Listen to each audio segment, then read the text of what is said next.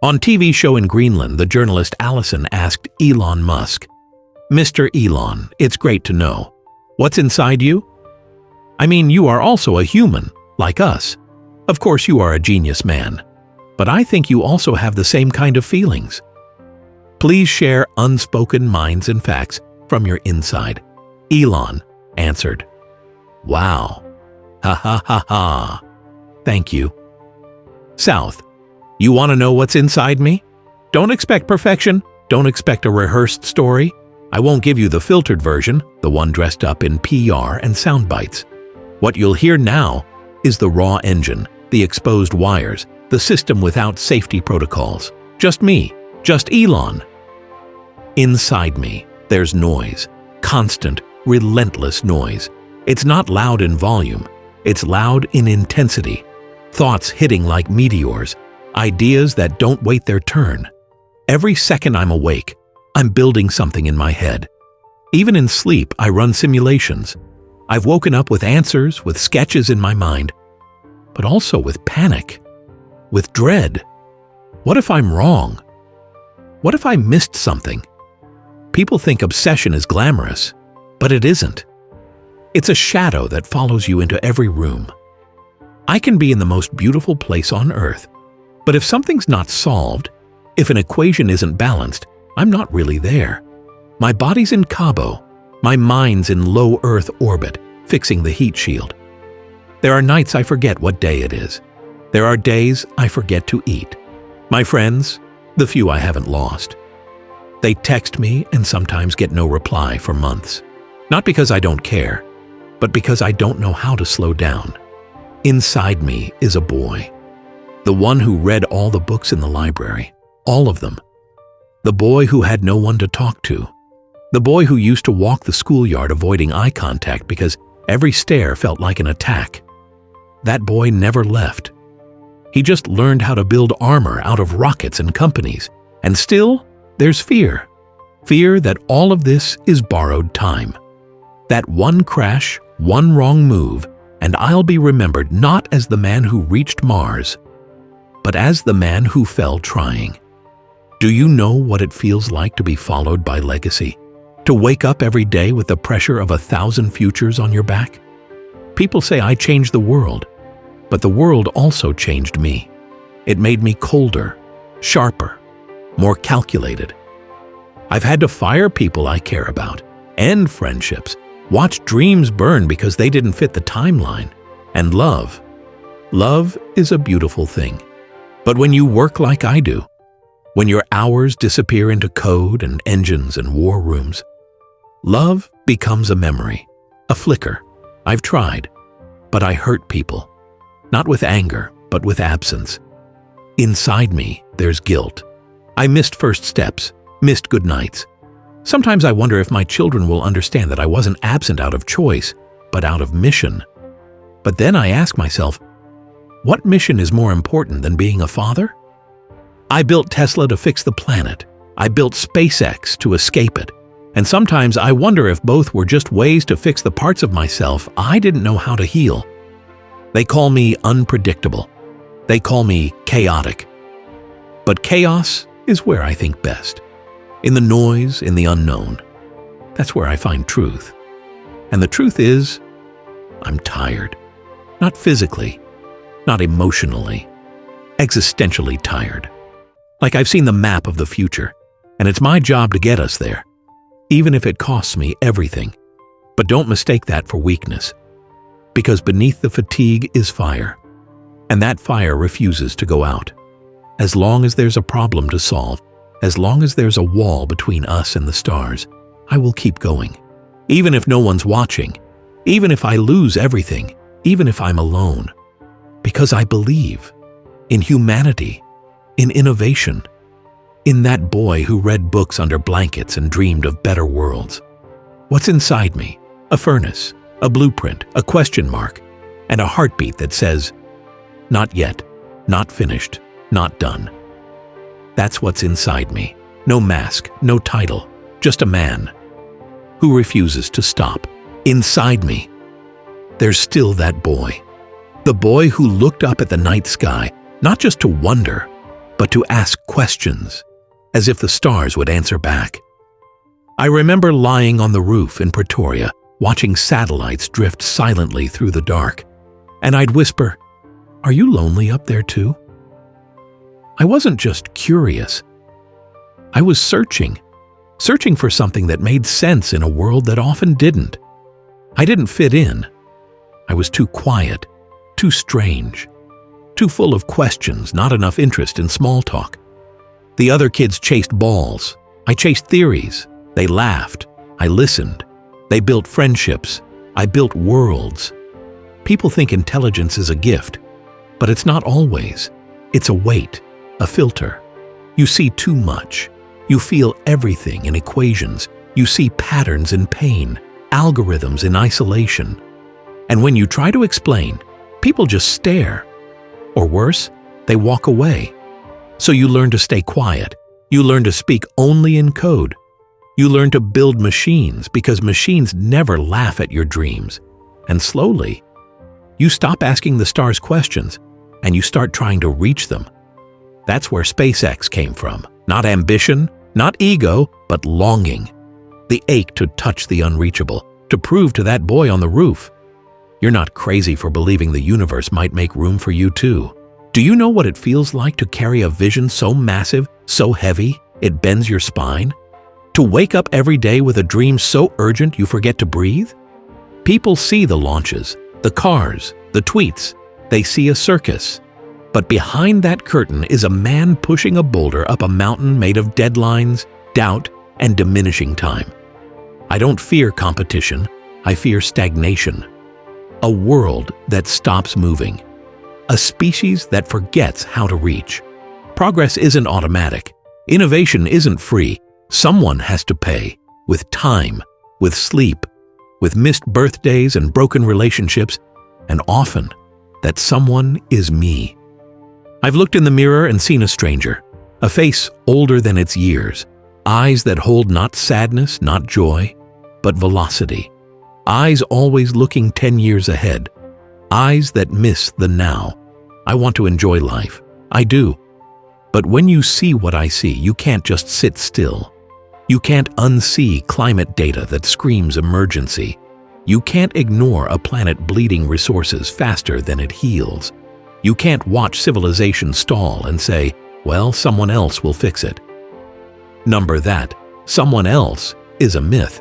So I stood up and I said, if no one's crazy enough to try, then I will. Sometimes I feel like I live on the edge of a cliff during a snowstorm. The world below is cold, silent, waiting, and I'm the only one holding a torch. The fire flickers. Sometimes it's strong, sometimes it almost dies. But I never let go of it. Because that flame, that's the vision, the belief, the why behind everything. People don't see the frostbite. They don't see the silence when a launch fails. They don't hear the quiet when the boardroom turns on you. They don't feel what it's like to stand in front of hundreds of employees who just lost their jobs and say, I'm sorry. You carry those moments. They don't go away. They echo inside your chest like distant thunder. But you also carry victories. Not the headlines, not the claps, the small victories, like the moment the Falcon 9 landed and I saw my engineers cry, not for the world, but because they knew we just made history. Together. You don't forget moments like that. They carve something into you, a kind of permanent fire, a burning that never leaves. You climb long enough, you reach the top, and what no one tells you is, the air up there is thin, and most of the time, you're alone. There's no map for this altitude, no one to tell you what to do when every decision can change the course of humanity. They call me visionary, genius, even madman, but those are labels. You wear them like armor so people don't see what's really underneath. You want to know a secret? Sometimes I miss being unknown. I miss the days when I could fail in peace, when I could experiment without 1,000 cameras waiting to pounce. Now, every breath I take is measured. Every pause becomes a headline. But I keep going, not because I want the spotlight, but because someone has to lead where no one else dares to walk. You ever feel like your own pace scares people? Like your intensity burns too hot for normal rooms? That's what it's like. Every room feels slower. Every conversation feels like it's in slow motion because your brain is already 5 exits ahead. But you try to smile, you try to stay grounded, you try to act normal, even when the rockets are flying inside your skull. Inside me, there's a paradox. I worship logic, but I breathe chaos. I write code with precision, yet I trust instinct like a gambler. People think I'm calculating, and yes, sometimes I am. But more often than not, I just feel what needs to be done. And that confuses people, because they want clarity. They want leaders who follow rules. I'm not that. I build rules. I break them too. Because you can't change the world with a standard operating manual. Look at Tesla. No one believed it would work. An electric car company in a gas-powered world? They laughed. They mocked the Roadster. They mocked the delays. They mocked the impossible timelines. But do you know what happened? The world changed anyway. And now, everyone wants to go electric. Even the doubters. Even the giants. Sometimes, to shift the planet, you need to become the earthquake. People think I want to go to Mars for adventure, for glory, for a vanity project. They don't understand. Mars isn't a fantasy, it's a backup plan. Have you ever stood on a cliff and looked at humanity from a distance? You start to see the cracks, the fragility. We're one asteroid away, one virus, one dictator, one stupid decision from extinction, and we act like we have all the time in the world, but we don't. Mars isn't escape, it's insurance, it's continuity, it's legacy. It's the answer to that trembling voice inside every scientist who knows the clock is ticking. I don't want to leave Earth behind. I love this planet. But loving something means protecting it. And sometimes protection means preparation. That's why I won't stop. Not until we've made life multi-planetary. Not until that first child is born on Martian soil and says their first word under a red sky. Belief is expensive. No one tells you that.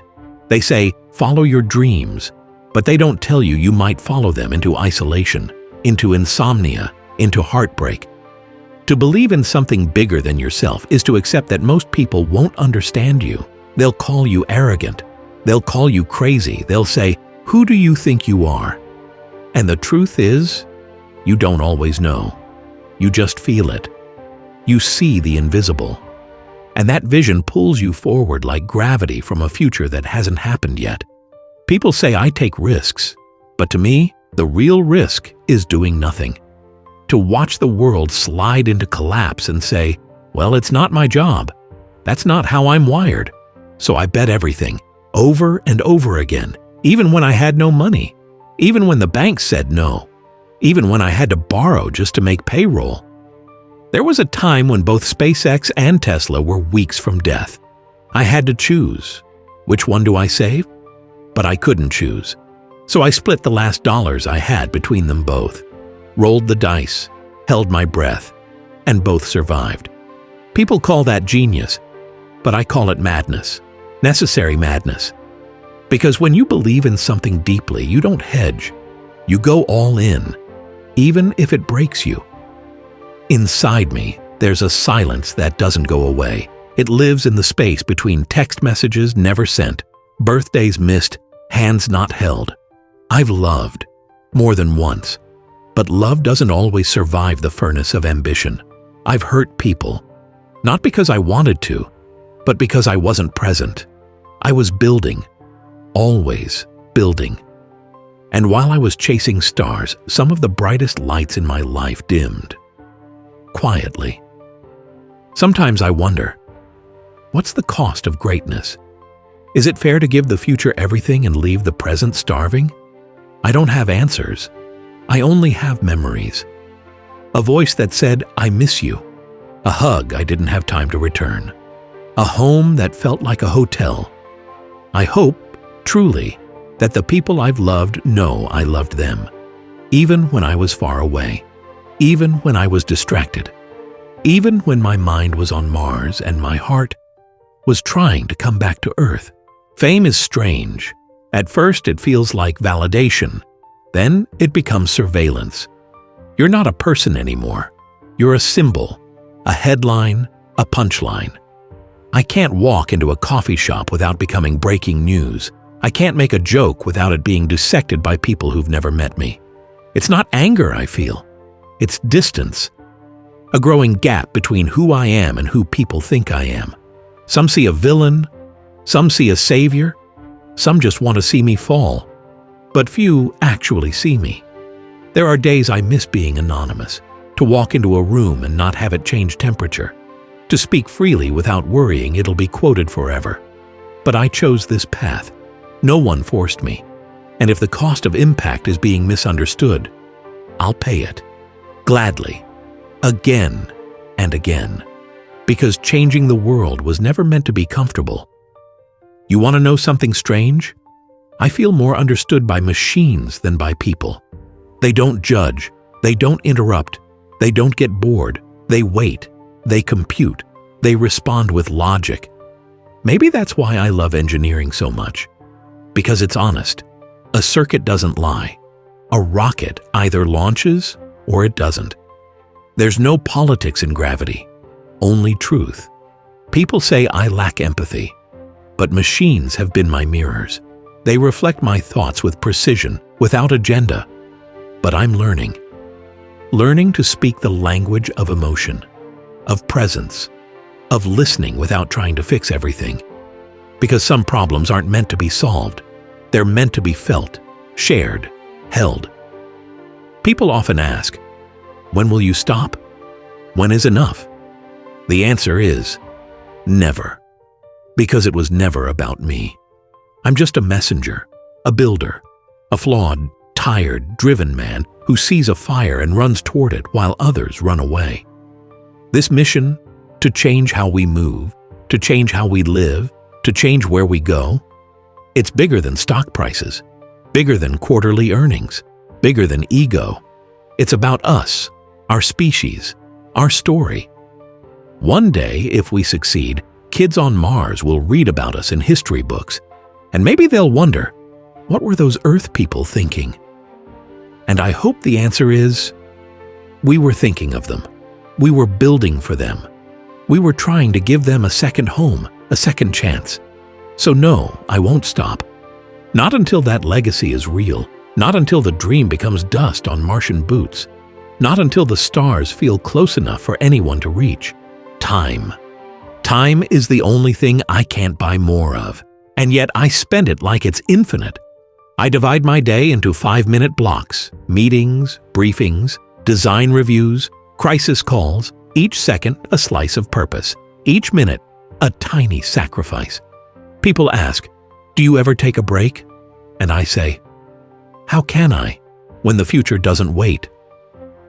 I feel the weight of time on my chest every morning. It's not fear, it's responsibility. We're living in a narrow window, a fragile moment between what was and what could be. And I know every hour wasted is a chance lost.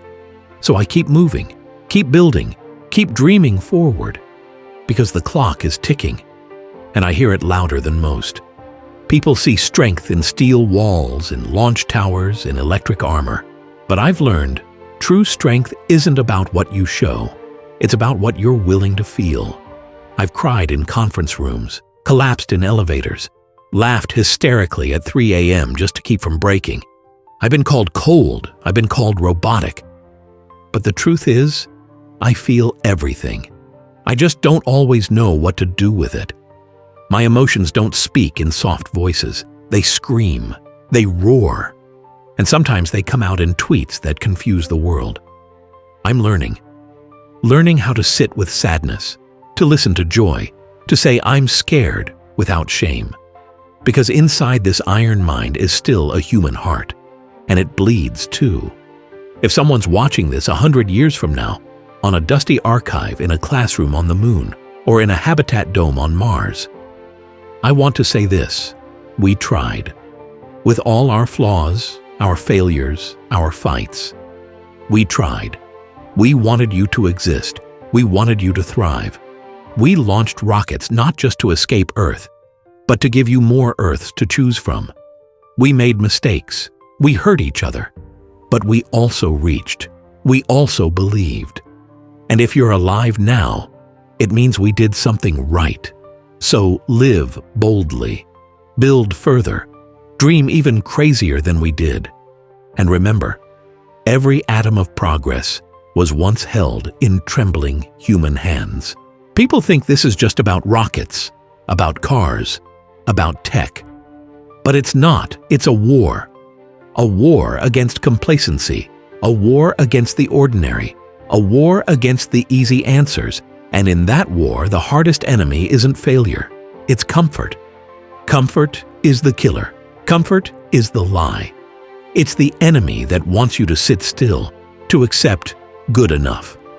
And that's the most dangerous thing of all. You can't change the world from the couch. You can't build the future by waiting for it to show up on your doorstep. You have to fight for it every damn day. Some days you win, some days you lose. But you never stop fighting. And that's the secret. The quiet war inside every great person. The one that never stops until the stars are ours to touch. Sometimes in the middle of the madness, there's a moment of stillness, a brief second where everything aligns. It happens when I'm looking out at the launch pad, or when I'm with my team, or when I'm with my kids watching them laugh. In those moments, I can see it, the future. I can see humanity's potential. I can see us thriving. I can see the day when we reach beyond our Earth, and maybe even beyond our wildest dreams. And then, the moment passes. The noise returns. The grind takes over. But that clarity stays with me, a beacon, a reminder. It's in those moments I realize, this is all worth it. The hardest part isn't building, it's letting go. You create something, pour yourself into it, and then you have to step back. You have to trust that the people around you will carry the flame. And that's terrifying, because you can't control it anymore. You can't make every decision, you can't be everywhere at once. But you do it anyway.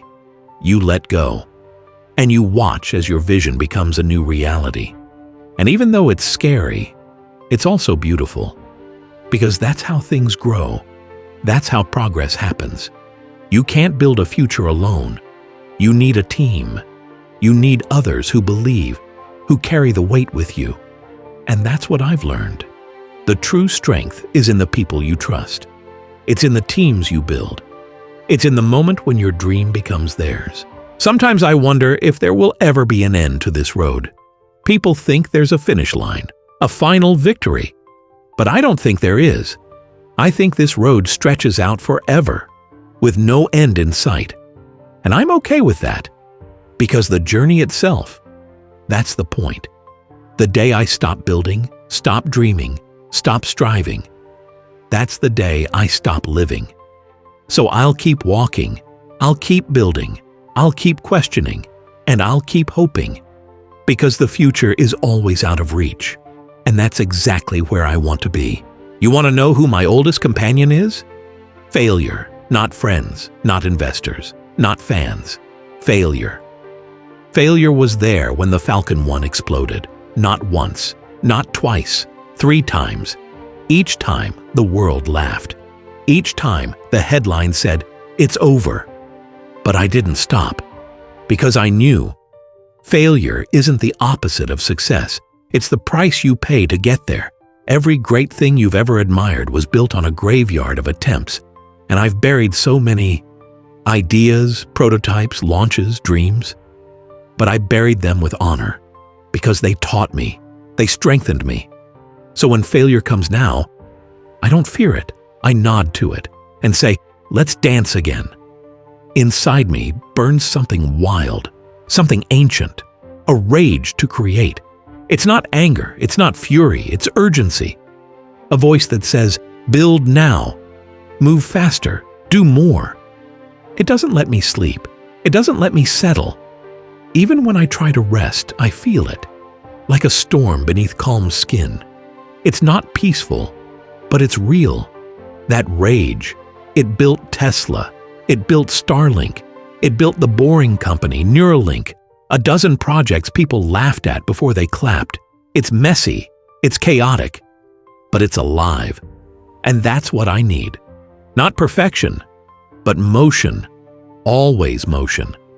There's a moment the night before every launch where everything goes quiet. No team, no cameras, no tweets, just me and the sky. I sit alone, look up at the stars, and I whisper, please don't explode. Because no matter how many times we test, no matter how perfect the math, space is still the unknown. And the unknown doesn't care about your confidence. It humbles you every time. And in that silence, I remember who I am. Not a billionaire, not a CEO, just a boy who never stopped looking up. And tomorrow, if the rocket flies, we fly with it. If it falls, we rise again. Either way, we move forward. What happens when the crowd is gone? When the applause fades?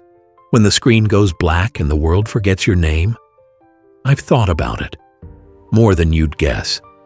Because I know fame is fragile. I know history is forgetful. And I know legacy isn't always kind. So I ask myself, who am I when no one's watching? Am I still building? Am I still dreaming? Am I still me without the spotlight? The answer has to be yes. Because if you only do it for the attention, for the praise, for the likes and followers, then you're not a builder. You're a performer. And I never wanted the stage. I wanted the stars. So even when the lights go out, I'll still be working, still be drawing, still be trying to push one more inch into the impossible. Because that's who I am. That's who I've always been. Do you know what silence sounds like in a brain like mine? It's not peace. It's not stillness. It's waiting. It's a gap between ideas firing like lightning. A pause before the next blueprint is born. Sometimes I long for true silence, to shut it all off, to just be.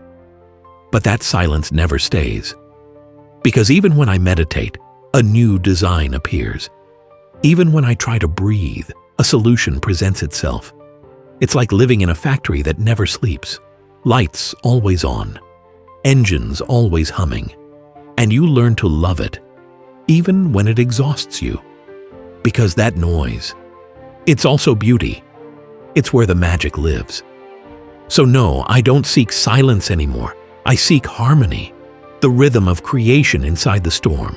Being this close to the edge of technology, of risk, of possibility, teaches you things. You learn that fear is data. It's not weakness, it's information.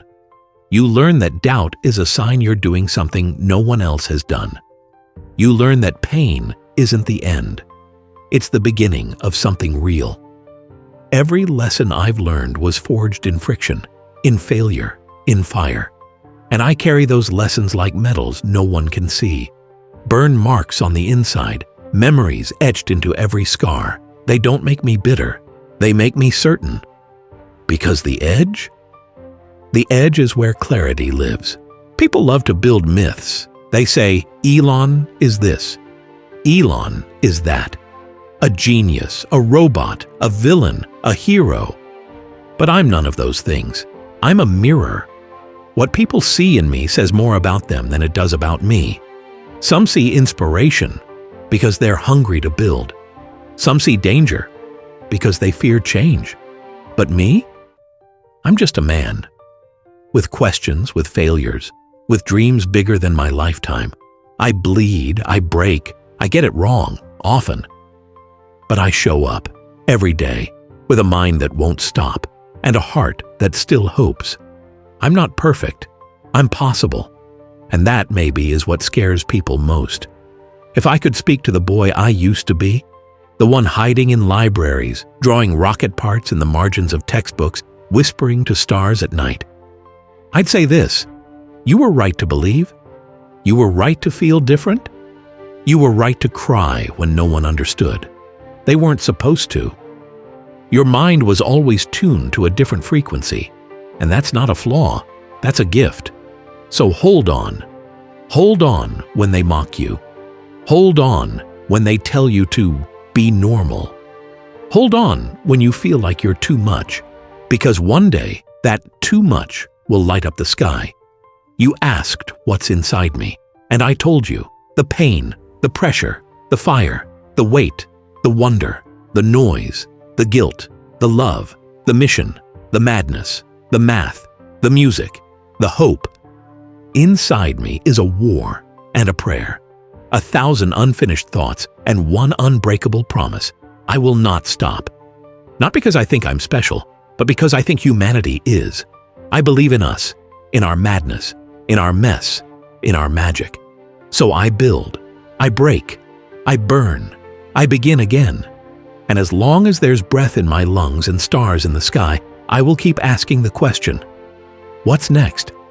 Because that's what's inside me. Not answers, not certainty, just the refusal to give up. And maybe, just maybe, that's enough.